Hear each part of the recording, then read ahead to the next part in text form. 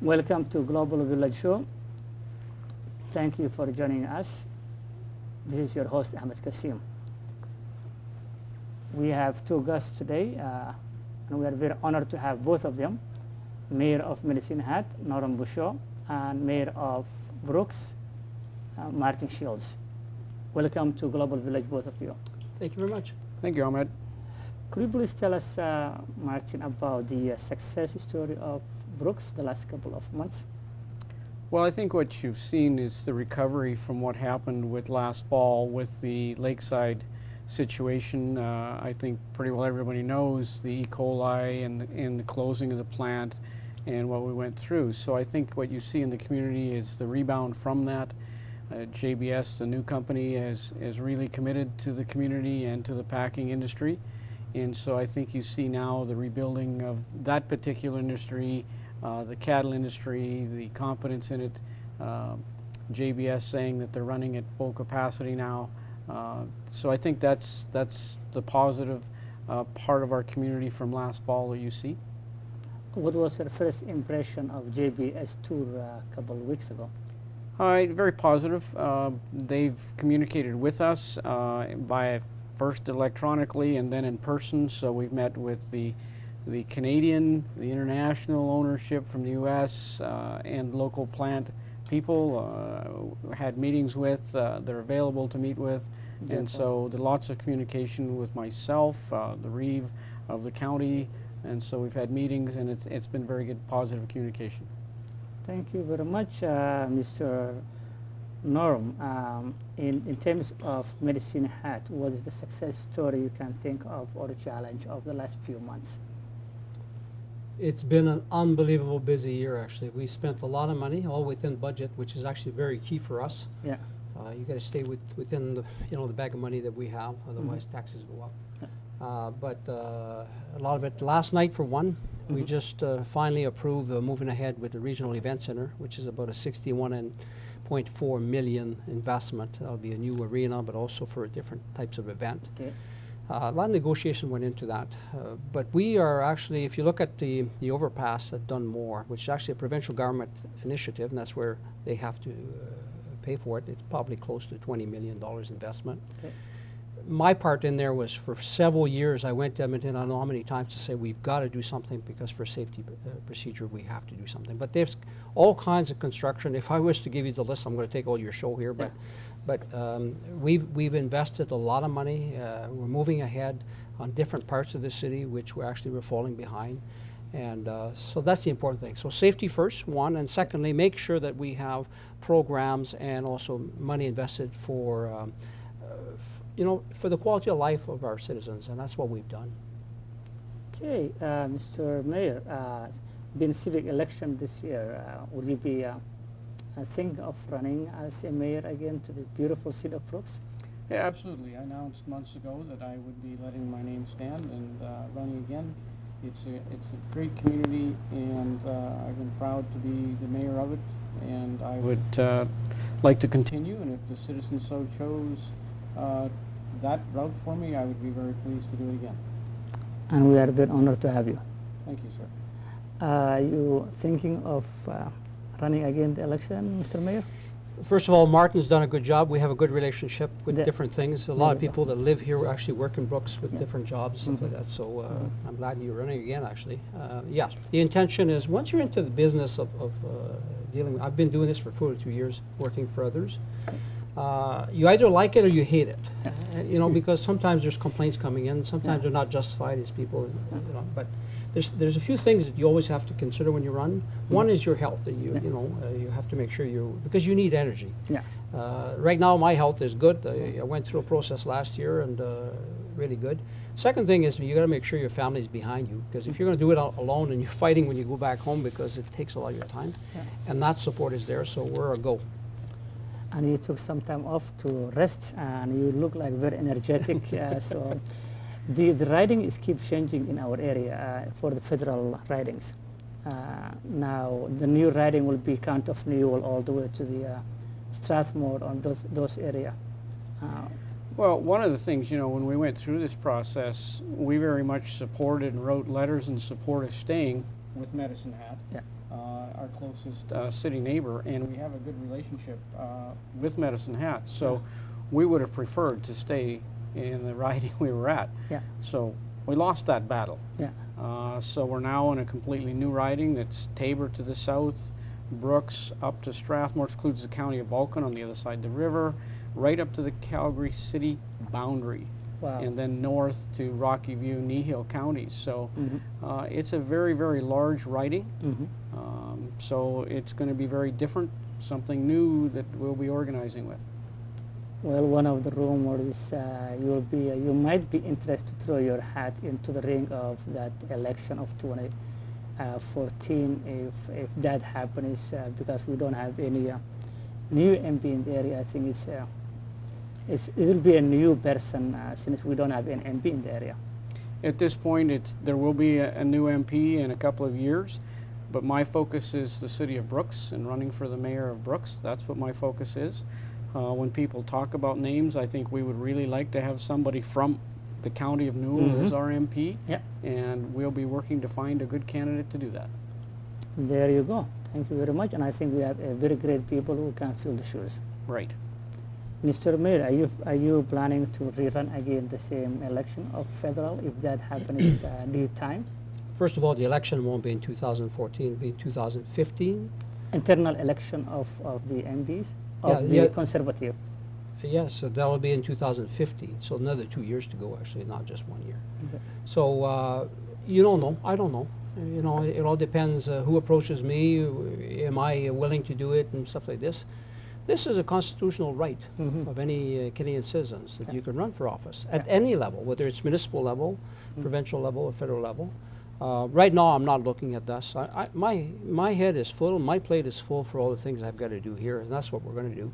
And I'll do the best job possible. So we'll see what happens, though. You never know. It all depends, too, if you have a good relationship with the other levels of government.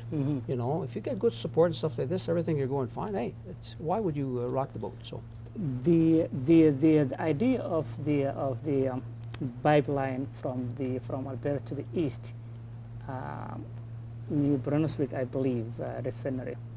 Would that create jobs if that would be alternative for Alberta oil? You think, both of you? Oh, for sure. I mean, anytime you have pipelines, look at all the welders, the transport companies. These people have to stay somewhere. They have to eat. You know, there's a lot of domino effect to creating jobs in the local market. So whether they're going down south with Keystone or going east or going west, I mean, we haven't given up on this one here because this is the best route for Asia. So any one of them means a lot of jobs. It means a lot of influx of economic development for our area. I think we both would benefit greatly for this. You know, Alberta's landlocked, and the U.S. is looking for a policy of self-sufficiency in energy, and they're one of our biggest customers. We need other markets. So oil and gas in the southeast sector is an important industry for us. Those prices have been driven down by gas more recently, but still, natural gas and oil in this region is an important driving factor for our communities. And so be able to market the product from here, we need those accesses because we're landlocked and we need pipeline access to other parts of the world. Walking clinic that is coming from the government of Alberta now, would that be something might help in the medical aspect of these clinics if that is what Alberta government is used to continue now? You're talking about family care centers, which actually, it's not proven yet. We don't know that. We have some clinics now where people actually can go and walk in. The reality, though, is people want a family physician. They want a family doctor so that they have their files. They know the kids as they grow up. They know maybe the parents and they have the history. The issue with this and how important it is you have to find out if you have a problem early in order to solve your medical problem. If you wait too long because you don't have a family doctor, and some of them don't really want to go to emergency, for example, then what happens is you fall behind. And if you wait too long, you look at cancer, but you look at all kinds of other issues, whether it's diabetic problems, you want to catch this early. So family physician are still a key element, and that's what people really want. So will the family care center serve that purpose? Better maybe than not having nobody, but family physician is probably still key for residents of Alberta.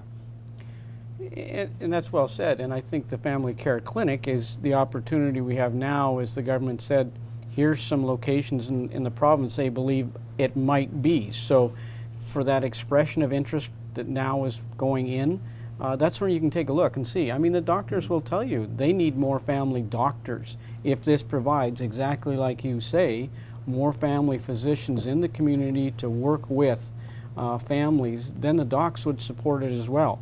And they're a key piece to this.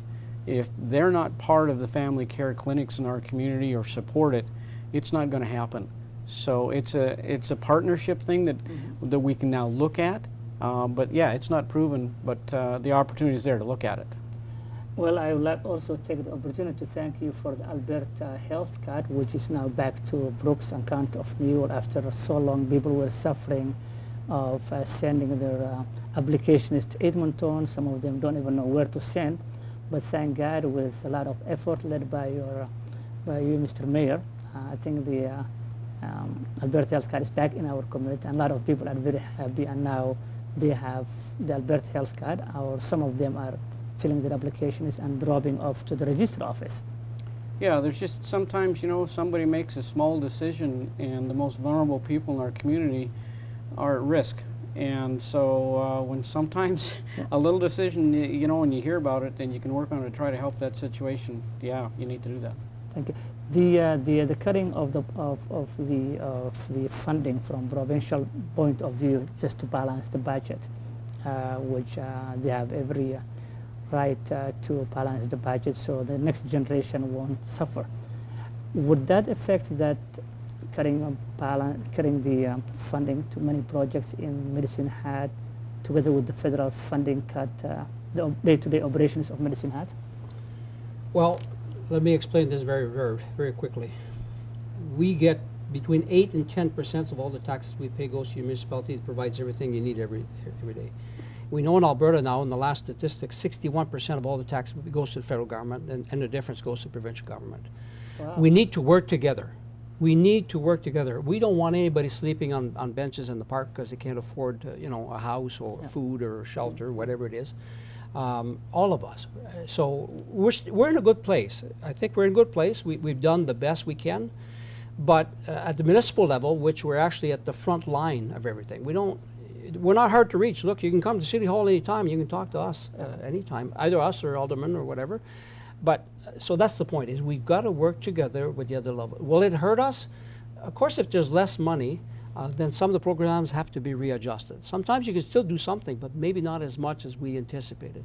And if it's a temporary measure, I think most of the time we can live with it, as long as we know there's going to be some light at the end of the tunnel and we can really get engaged into organizing ourselves, and maybe even providing better service than what we did before. So there's nothing wrong in checking where you're at and some adjustment. Bottom line, though, is when there's needs, and like Martin said, there's some people they don't know which door to go knock at to get help. We try to help them out. Some of these programs are not really our program. A lot of them for health and stuff like this are the provincial government.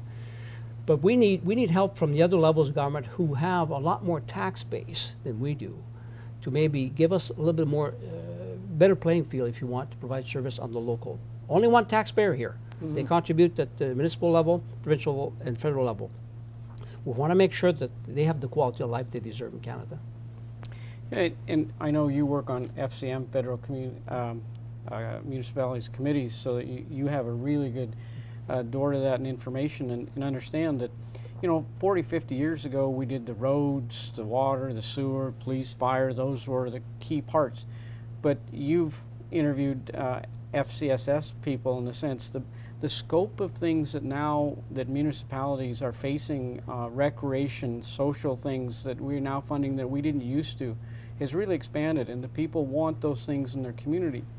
And so that's the problem with the funding model that we have, is the expectations of doing much more than municipalities did 40 and 50 years ago. So to try to make sure you've got the sewer and water and streets going is a critical piece. But there's those other things that you have to do now in your communities, and we don't have enough dollars to do it. It's a struggle, and I absolutely agree. There's one taxpayer but we're looking for a different split with the province and the federal government on that. So you had an experience, it was just a temporary experience in Brooks where all of a sudden people are out of jobs and some of them, you know, couldn't qualify for unemployment insurance, stuff like that. You scramble. Yeah. Now, can you imagine if it was a long period of time, longer than what you had? I mean, you did an unbelievable job in that community, but every community has them. It doesn't matter how rich you are. I mean, we're actually a very good community here because we make money out of energy. But having said that, we need to work with the other levels of government, make sure that we're all on the same page to help out when there's a time to help out. If there's a time to cut out and pay the bills, whatever it is, you got to do that also.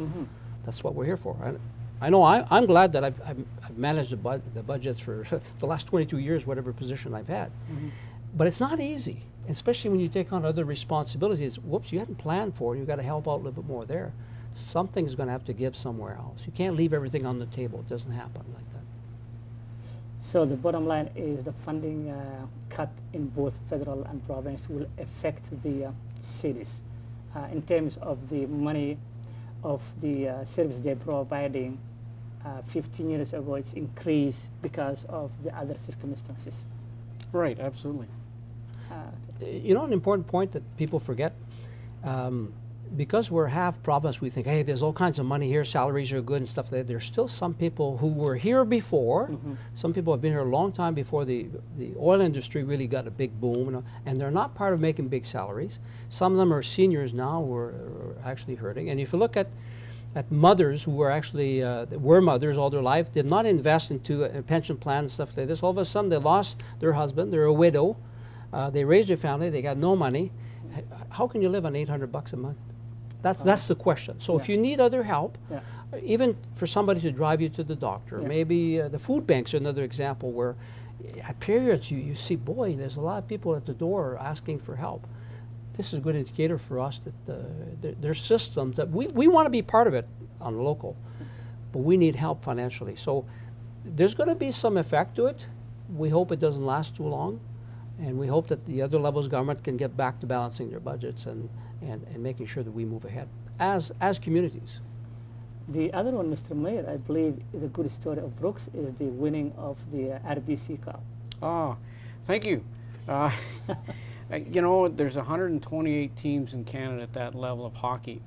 So just to repeat, it's the provincial champion, second year in a row, but to go on and win a national championship is incredible. You know, for the community, it's positive, but it was a tremendous group of young men. And I think as of today, I think 10 to 12 of them have accepted scholarships to universities. They're focused. They're super young men, and we're really a positive influence in our community.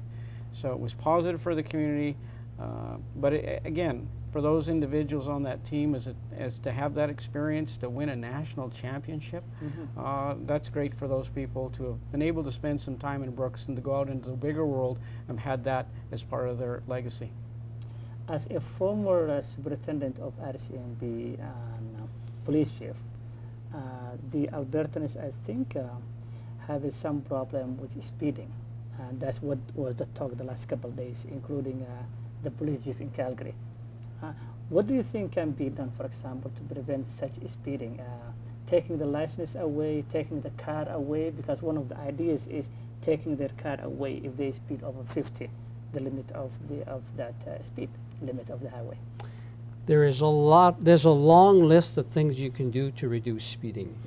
Their problem in the large cities is you're overcrowded for your roads. When you've got over 1 million people living in Calgary, for example, and people are not slowing down. We know on number 2 highway, which is probably our worst highway when it comes to accident. I lived in Innisfail for 3 years, and accidents of 30 cars and more in the same, because it starts in domino effects. Anything from speed bumps to, we have demerit points, for example. Every time you have a ticket or whatever it is, you lose it. Stricter enforcement. This is why the sheriffs get on board for the major highways in the province to help out the RCMP, because there wasn't enough RCMP in the traffic. There's different things, everything from speed bump, like I said, to education. And maybe there should be some more tests on some of them. If maybe you should lose your driver's license if the gap of speeding is higher than the speed limit that in the area you were caught. There's all kinds of things. So everybody can have their own opinions. It's whatever the provincial government will support. One of the other issues that we have in the area, Mr. Mayor, is overlapping of projects of some of the organizations. For example, you have too many ESL classes, too many other projects that will overlap sometimes, and that will not beneficial to the public or the community, and that is seen as wasting some taxpayers' money, which can be allocated some other important issues in the community. How do you think that can be coordinated? Well, I think the provincial government was attempting to address that, and maybe they did it in the wrong way when they said to the university and colleges, we don't need duplication. Yeah. Now, maybe they addressed that in the wrong way and should have talked to them first. But I think it's a similar thing on a much smaller scale in our community. We have a number of different funding agencies receiving money for ESL. And so I think one of the things that I would be interested in is trying to coordinate a little bit more, maybe locating, co-locating, doing some things that would increase the efficiency. And for the ESL person, that's the biggest thing, that for economic growth is to have that person learn English. And that's what we want the people to quickly as possible to learn English. So if there's any way to coordinate that funding and the people accessing ESL instruction in a more coordinated way and using the dollars more efficiently, that's something I would work at. Both of you have been traveled through the world. What is the importance of diversity in 21st century? More than ever before. Our communications are instant with the internet. Our travels are fast and furious. You've got more airline companies than ever before. We've learned a lot from other countries.